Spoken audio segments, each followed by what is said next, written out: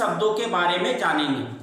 English grammar में जितने भी शब्द होते हैं उन शब्दों को वाक्य में उनके कार्य एवं प्रयोग के आधार पर हम कई भागों में बांटते हैं।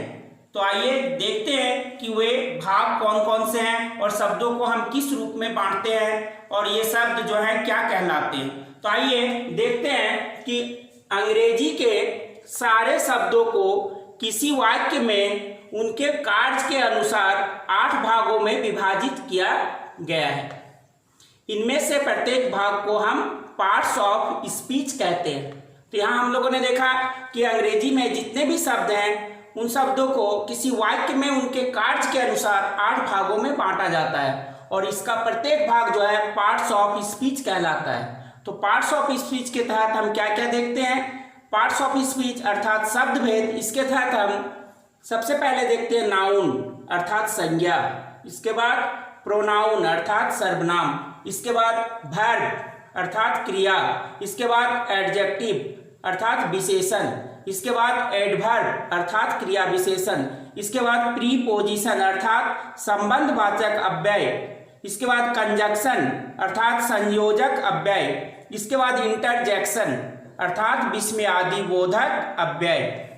इस प्रकार हम लोगों ने जाना कि पार्ट्स ऑफ स्पीच को 8 वर्गों में बांटा गया है, जो कि इस प्रकार है: noun, pronoun, verb, adjective, adverb, preposition, conjunction और इंटरजेक्शन। आज हम लोग नाउन के बारे में विस्तृत रूप से जानेंगे। हम संसार में जो कुछ भी देखते हैं उनका कोई न कोई नाम होता है। हम उन वस्तुओं को किसी न किसी नाम से जानते हैं। तो इंग्लिश ग्रामर में इन नामवाचक शब्दों को ही नाउन कहा जाता है। अगर हम कहें कि noun is the name of anything तो ये बिल्कुल सही होगा, क्योंकि संसार की जितनी वस्तुएं हैं उनके नामों को ही नाउन कहा जाता है। अगर हम परिभाषा की बात करें तो हम देख सकते हैं कि noun is the name of a person, animal, place और थिंग। एग्जाम्पल के तौर पे अगर हम देखें तो Ram, Radha, cow, dog, Ranchi, Patna, book, pen. यहाँ अगर हम राम और राधा की बात करें तो ये पर्सन हो गए, ये हो गए व्यक्ति। वहीं अगर हम काव और डॉग की बात करें तो ये हो गया एनिमल। वहीं अगर हम पटना और रांची की बात करें तो ये हो गया प्लेस। वहीं अगर हम बुक और पेन की बात करें तो ये हो गए थिंग। इस प्रकार हम देख रहे हैं कि नाउन क्या है? किसी व्यक्ति, जानवर, स्थान या वस्तु का नाम है। हम कह सकते हैं कि नाउन किसी व्यक्ति, वस्तु, स्थान का नाम है।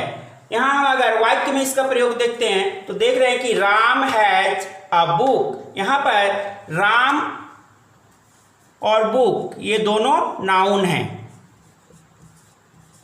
वहीं अगर हम और एक वाक्य को देखते हैं, she goes to school by bus. यहाँ स्कूल और बस इन्हें हम अगर देखते हैं तो ये नाउन है। हम देखेंगे कि नाउन के कितने भेद होते हैं। तो देखते हैं, नाउन के 3 भेद होते हैं। पहला भेद है प्रॉपर नाउन अर्थात व्यक्तिवाचक संज्ञा, दूसरा काउंटेबल नाउन अर्थात गणनीय संज्ञा, तीसरा अनकाउंटेबल नाउन अर्थात अगणनीय संज्ञा। अगर हम काउंटेबल नाउन की बात करें तो इसको हम पुनः 2 भागों में बांटते हैं। पहला है कॉमन नाउन अर्थात जातिवाचक संज्ञा, दूसरा है कलेक्टिव नाउन अर्थात समूहवाचक संज्ञा। और वहीं अगर हम अनकाउंटेबल नाउन की बात करें तो इसे भी 2 भागों में बांटा गया है। पहला है मेटेरियल नाउन अर्थात द्रव्यवाचक संज्ञा, दूसरा है एब्स्ट्रैक्ट नाउन अर्थात भाववाचक संज्ञा।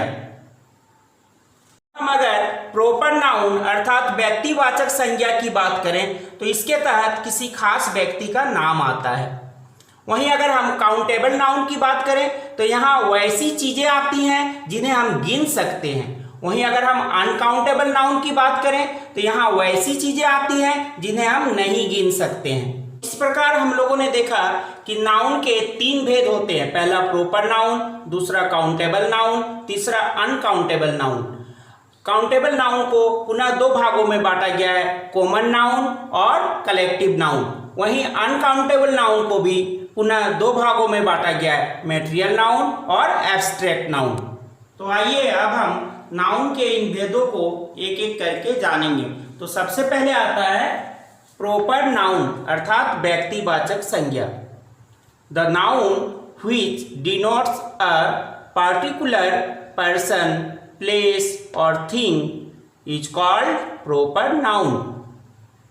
जैसे कि गीता, मुंबई, द गंगा इत्यादि। तो हम कह सकते हैं कि किसी खास व्यक्ति, स्थान या वस्तु के नाम को हम व्यक्तिवाचक संज्ञा कहते हैं, जैसे कि गीता, मुंबई और गंगा नदी। यहाँ हमें एक बात का ध्यान रखना होता है कि हम जब भी प्रॉपर नाउन को लिखते हैं तो उसकी शुरुआत हमेशा कैपिटल लेटर से होती है। जैसे कि अगर हम लिखते हैं राम तो इसका पहला अक्षर जो होगा वो कैपिटल होगा। फिर अगर हम लिखते हैं किसी अन्य प्रॉपर नाउन को जैसे कि गीता तो उसका पहला अक्षर भी जो होगा वो कैपिटल से ही शुरू होगा।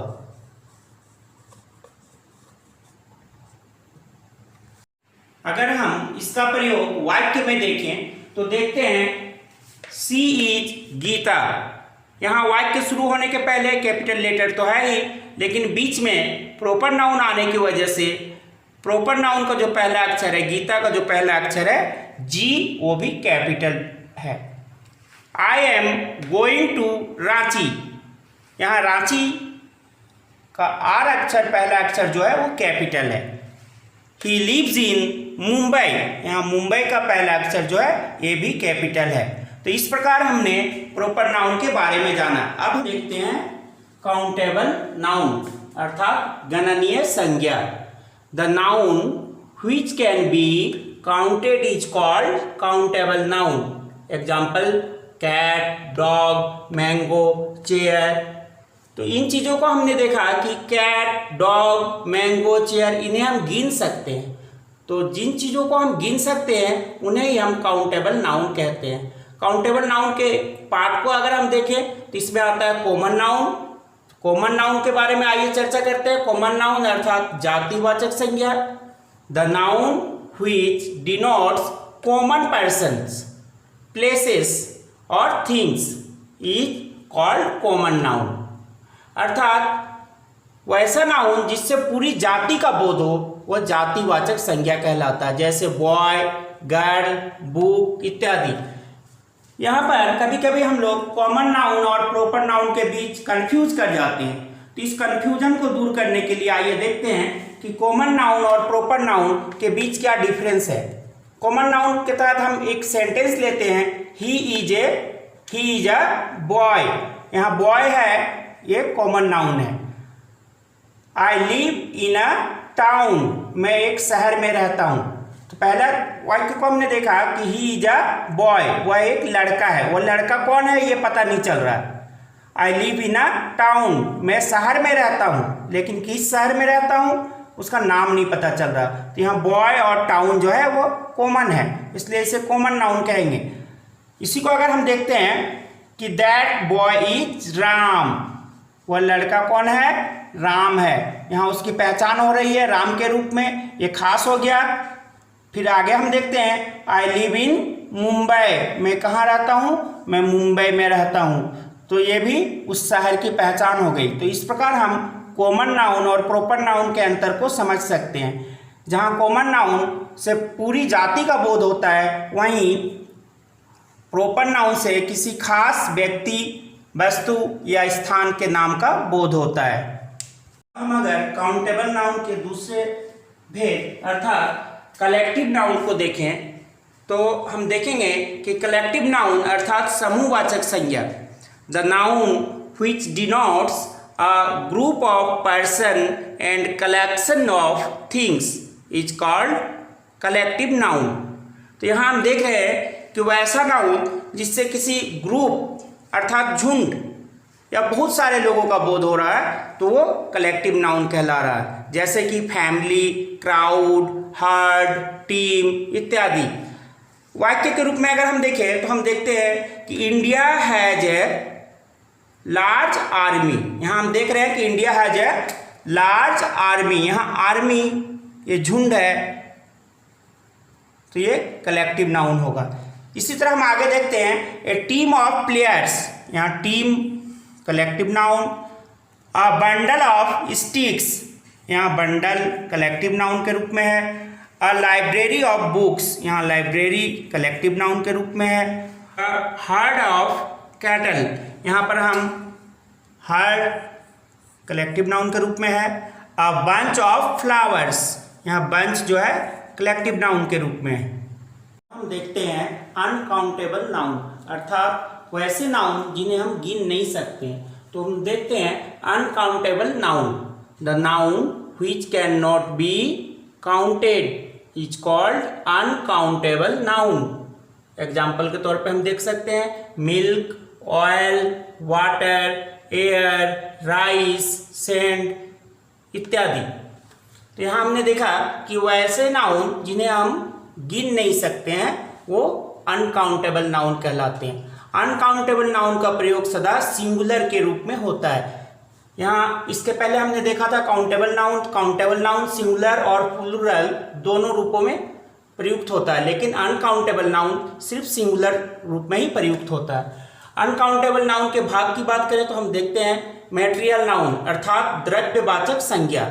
The noun which denotes a matter or substance which can be measured or weighed is called material noun। अर्थात जो नाउन किसी वैसे चीज का बोध कराए जिसे मापा या तौला जाता है वह द्रव्यवाचक संज्ञा या मैटेरियल नाउन कहलाता है, जैसे गोल्ड, शुगर, राइस, मिल्क इत्यादि। फिर हम अनकाउंटेबल नाउन के दूसरे भाग को देखते हैं जिसे हम एब्स्ट्रैक्ट नाउन अर्थात भाववाचक संज्ञा कहते हैं। तो यहाँ हम देखते हैं abstract noun is the name of something that can not be seen और touched but can be thought of in our mind. अर्थात वैसी वस्तुएं जिन्हें हम छू या देख नहीं सकते हैं, उन्हें सिर्फ हम महसूस कर सकते हैं, उन्हें हम भाववाचक संज्ञा कहते हैं, जैसे ट्रूथ, चाइल्डहुड, पीस इत्यादि। तो इस प्रकार हम लोगों ने जाना कि नाउन क्या है। A noun is the name of anything, और नाउन के विभिन्न भेदों के बारे में जाना।